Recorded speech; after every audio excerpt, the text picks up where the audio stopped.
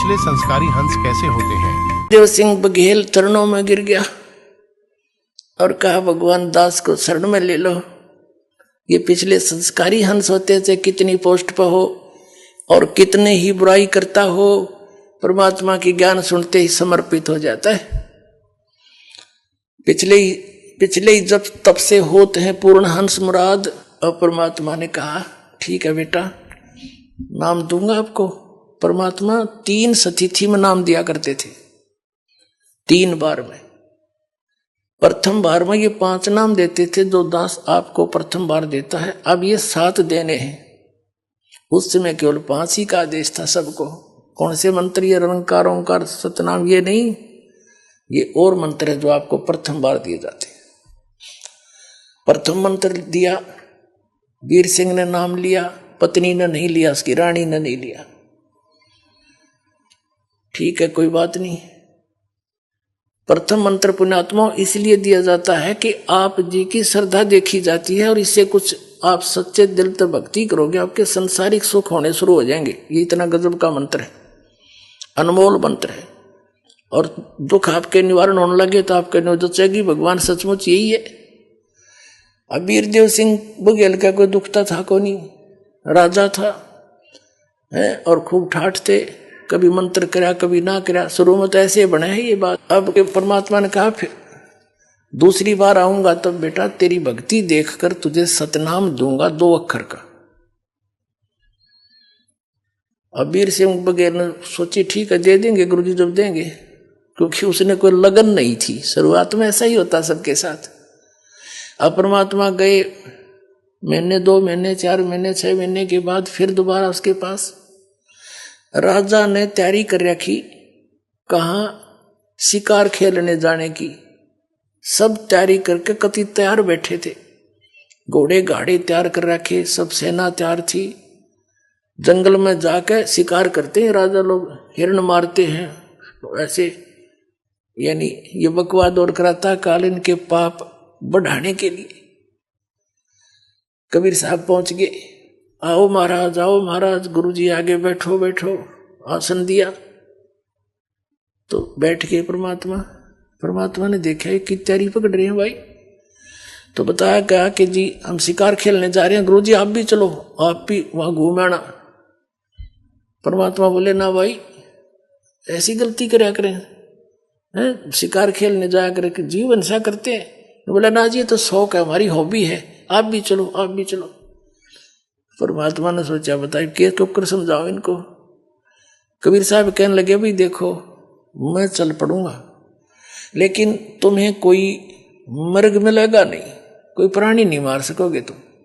No बोला जी। वीर सिंह कहता, नहीं जी वो तो बहुत मर्ग फिरते हैं, बहुत हिरण घूमते रहते हैं और ऐसी कोई बात नहीं। परमात्मा बोले, चलते। मालिक भी बैठा लिए घोड़े पे, चले गए। वहां पड़ाव ला लिया उन्होंने। अब शिकार खेलने के लिए चल पड़े। कबीर साहब को भी बैठा रखा घोड़े पे। कबीर साहब दौड़ा था उनके साथ साथ।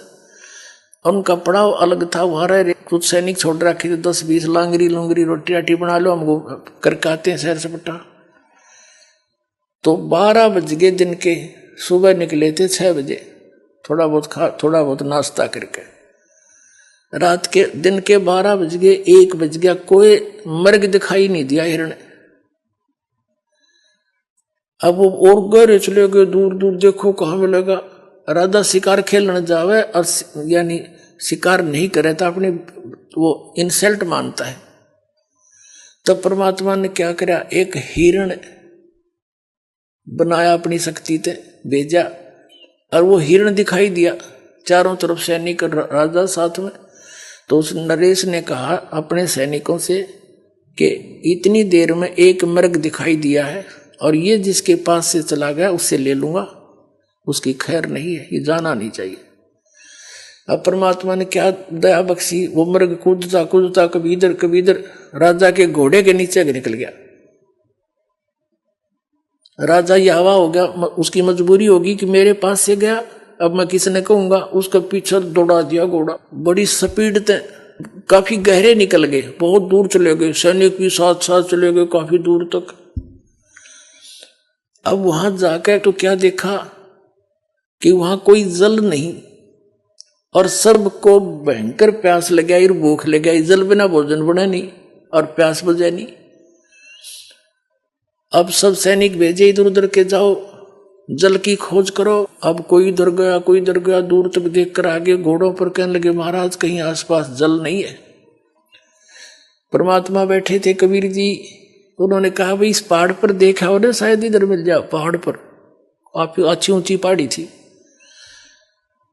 अब और कहने लगे महाराज यहाँ प्लेन में तो कितना जल मिला नहीं, समतल में, पहाड़ पर कहां से जल होगा। एक वजीर समझदार सा था, वृद्ध था, वो कहने लगा भाई संत की बात पर कुछ गौर करा करें, ये देखा हो क्या दिक्कत से जब कह संकेत कर रहे हैं।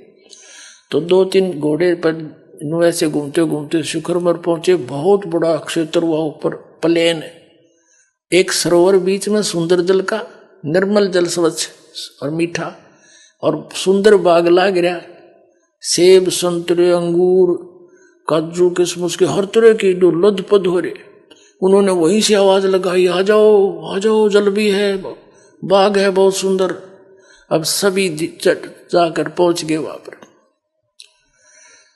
अब सभी ने पहले जल पिया, फिर तोड़ तोड़ के सेब संतरे काजू किस्मत सेब को खूब छके। अन्यों कहे इसे मीठे तो कदे देखे नहीं, ये भगवान यहाँ देख प्रकृति का, परमात्मा की लीला, यहाँ कैसे बाग लगा हुआ है। सभी बतला रहे हैं आपस में कि यहाँ ऐसे स्थान पर है तभी तो कोई पहुंचा नहीं, ये सब लदपद है, किसी ने छेड़ा नहीं, हमारे लिए ही दया बख्शी है भगवान ने। अब वो छक लिए और तोड़ ताड़ के और भी फल अंगूर और अपने सब ने घोड़ा पर लाद लिए चलने के लिए, रस्त घर के लिए चल पड़े। चलो वापस। कबीर साहब भी चल रहे हैं, एक घोड़े पर कबीर साहब बैठा रखे हैं, एक पर राजा बैठा है। एक थोड़ी सी दूर जाकर के राजा कहता है हे गुरुदेव, देखो परमात्मा की कैसी लीला, इस पहाड़ के ऊपर बगीचा और कैसा बाग, कैसी मेवा, कैसा सुंदर जल। देखो पीछे देखा, सैनिक भी देखने लगे, राजा देख रहा था, वहां कुछ भी को नहीं, सूखे पत्थर पड़े। एकदम सारे वापस खड़े हो गए। वहां घूमा धक्के खाओ, कहाँ गया वो जल कहाँ गया, वो मेवा कहाँ गई। परमात्मा बोले जहां से आई थी वहां गई भाई।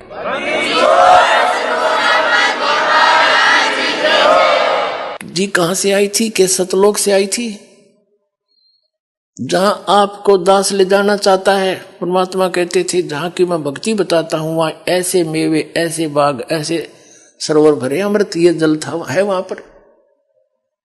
अब वो सारे वापस आ गए। जब घनी सी ध्यान में ना आती शुरू में ये बातें, और लीला नारी देखी, घर आकर राजा ने अपनी पत्नी से बताया, हो आज तो मर गए होते हम, तरफ तरफ कर मरते सारे। और सतगुरु ने ऐसी दया बख्शी अपनी लीला से, वहां बाग लगा दिए, फल छक कर आ रही, वो तोड़ के ला रहे, वहां रख दिए बोरे के बोरे ठाठा का, ये थे वहां पर। हर मुड़कर देखा वहां कुछ नहीं पाया। ऐसे ऐसे हमारे भगवान, अब गुरु जी ऐसे शक्तिशाली है, ऐसे चमत्कारी है। रानी ने भी नाम ले लिया, उसको फिर थोड़ी सी दृढ़ता हुई। परमात्मा बोला अब प्रथम नाम ले तू, अब तेरी थोड़ी बहुत बुद्धि लगेगी भक्ति में, अभी तू तो बकवाद कर रहा था, तेरा नाम खंडित है। अब दोबारा नए सिरे से प्रथम मंत्र दिया। कुछ दिनों के बाद फिर उसकी श्रद्धा जब बन गई, फिर दूसरा मंत्र सतनाम दिया। फिर कुछ दिन के बाद भक्ति बढ़ने से अंतःकरण के मैल हट जाते हैं, फिर जिज्ञासा बढ़ जाती है, चाह बढ़ती है भगवान की। सतनाम से प्रबल इच्छा होती है कि भगवान आप सार नाम भी को थे, सार नाम दूंगा। परमात्मा बोले भाई योग्य हो जाएगा जब मिलेगा, यो इतनी जल्दी ना दूं। जब भी गुरुदेव आते हैं उनसे मिलते